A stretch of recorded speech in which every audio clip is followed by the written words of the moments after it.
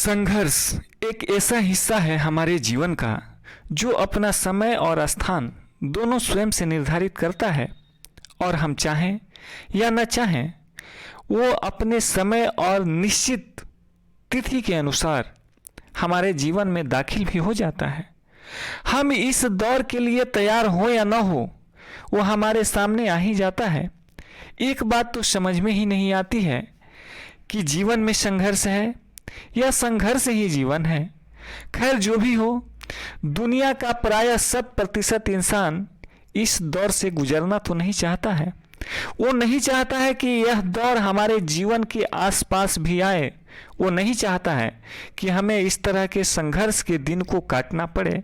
शायद यह जिंदगी का सबसे कठिन दौर भी होता है जिसे काटना बड़ा मुश्किल होता है, परंतु हम चाहें या ना चाहें उस दौर से तो हमें गुजरना ही पड़ता है। कुछ लोग इसे हंसकर स्वीकार भी कर लेते हैं और कुछ लोग इस दौर से इतना भागते हैं कि इसका समय और लंबा हो जाता है।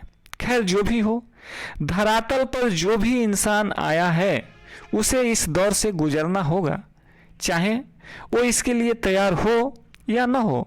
खुद को साबित करना होगा, खुद को तपाना होगा और यह दुनिया के सामने रखना होगा कि हम इस धरातल पर खुद को साबित कर सकते हैं, किए हैं और आगे भी करते रहेंगे।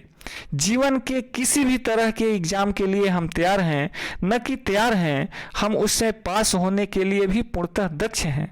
इसके लिए अनगिनत परीक्षाएं देनी पड़ती है और पड़ेंगी, और अनगिनत परीक्षाओं को समावेशित करते हुए जीवन को एक सफलता के मार्ग पर तेजी के साथ अग्रसर करना होता है। जीवन में इतनी ज़्यादा परीक्षाएं होती हैं कि कुछ लोग हताश होकर बिखर जाते हैं और कुछ लोग चट्टानों की तरह मजबूत होकर निखर जाते हैं। खैर जो भी हो, जन्म लेने के साथ ही मनुष्य के जीवन में भिन्न भिन्न प्रकार की परीक्षाएं प्रारंभ तो हो ही जाती है। छोटी हो बड़ी हो, न जाने कितनी ही परीक्षाएं क्यों न हो, व्यक्ति को जीवन पर्यंत ऐसी परीक्षाएं देनी भी रहनी पड़ती है और यह निरंतर चलता रहता है। इसका द एंड कहाँ है इसका एहसास भी नहीं हो पाता है और एक के बाद एक ये परीक्षाएं हमारे सामने खड़ी हो जाती है और लगातार इसमें जो सफलता प्राप्त करता है वह शुद्धता की कसौटी पर खरा उतरता जाता है। कुछ में व्यक्ति सफल भी हो जाता है और प्रायः कुछ में असफल भी हो जाता है, फिर भी अपना प्रयास अधूरा जो नहीं छोड़ता है वह अंतिम परिणाम में भी जरूर सफल हो जाता है। व्यक्ति की सारी उपलब्धियां, सफलताएं, असफलताएं जीवन की इन्हीं परीक्षाओं को पास करने से तो मिलती है। चाहे आप पास करें या फेल करें, इस परीक्षा में बैठना तो है ही। जीवन जगत में प्रवेश लेने के साथ ही यह निश्चित हो जाता है कि हमें जीवन की परीक्षाओं से दो चार होना होगा।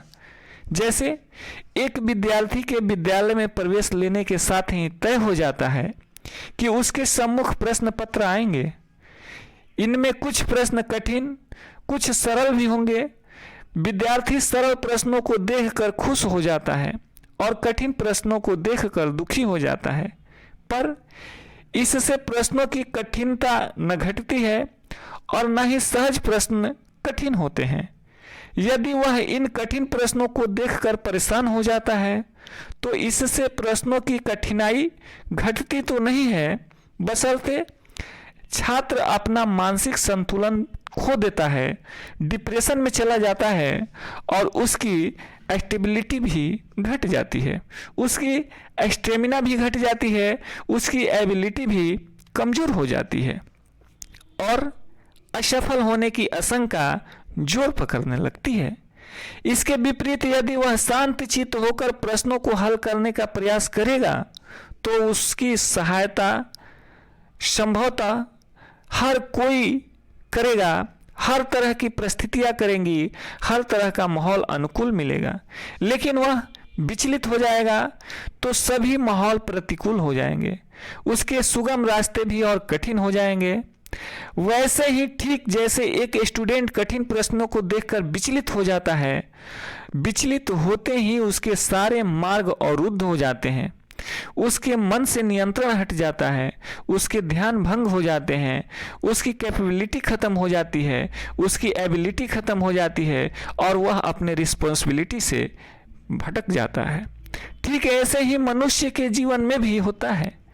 जीवन की परीक्षा में भी रोग, दुख, कठिनाइयाँ आदि प्रतिकूलताएं लेकर सम्मुख आ खड़ी हो जाती है और आपको निगलने के लिए तैयार हो जाती है।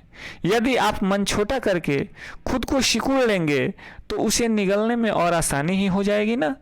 मनुष्य को शांत चित्त होकर विचार पूर्वक उसका सामना करना चाहिए। शिव पुराण में उल्लेख है कि दाता की परीक्षा दुर्भिक्ष में, वीर की परीक्षा युद्ध में, मित्र की परीक्षा आपातकाल में, अच्छे कुल की विपत्ति में, प्रेम की परीक्षा परोक्ष में और सत्य की परीक्षा संकट में ही निर्धारित होती है। तभी तो कसौटी 100% बनती है। परीक्षा जीवन के खरेपन और खोट दोनों को जांचती है। जैसे सोने की शुद्धता की परीक्षा अग्नि से होती है तो उसके खोटेपन की परीक्षा भी अग्नि से ही होती है। इस परीक्षा में सोने को काटकर, तपाकर, घिसकर और पीटकर जांचा जाता है। उसी प्रकार त्याग, शील, गुण और कर्म, इन 4 प्रकार से पुरुष की परीक्षा ली जाती है। इसके लिए जीवन की हर परीक्षा का सामना शांत होकर करना चाहिए। चाहे कितनी भी बड़ी परीक्षा क्यों न हो, एक न एक निर्धारित समय के लिए होती है और उसका अंत निश्चित है। वह अपने समय पर जाएगी। यदि आप विचलित हो जाएंगे तो परीक्षाएं और बढ़ जाएंगी। यदि आप शांत चित्त होकर उसे सफल करते हैं तो आप एक ही बार में सक्सेस हो जाते हैं। अर्थात आपके जीवन में किसी भी तरह का दौर हो, किसी भी तरह की समस्या हो, किसी भी तरह का परेशानी हो, आप अपने मन को विचलित न करें और यह मन में निर्धारित करें कि यह समय सबके जीवन में आता है। चाहे वो राजा हो, चाहे रंक हो, चाहे फकीर हो या साधु हो, चाहे वो विद्वान हो, चाहे मूर्ख हो, हर व्यक्ति को इस संघर्ष के दौर से गुजरकर खुद को साबित करना पड़ता है और इस दौर से आपको भी गुजरकर अपने आप को साबित करना होगा। यही नियति है और यही नियति के द्वारा निर्धारित है।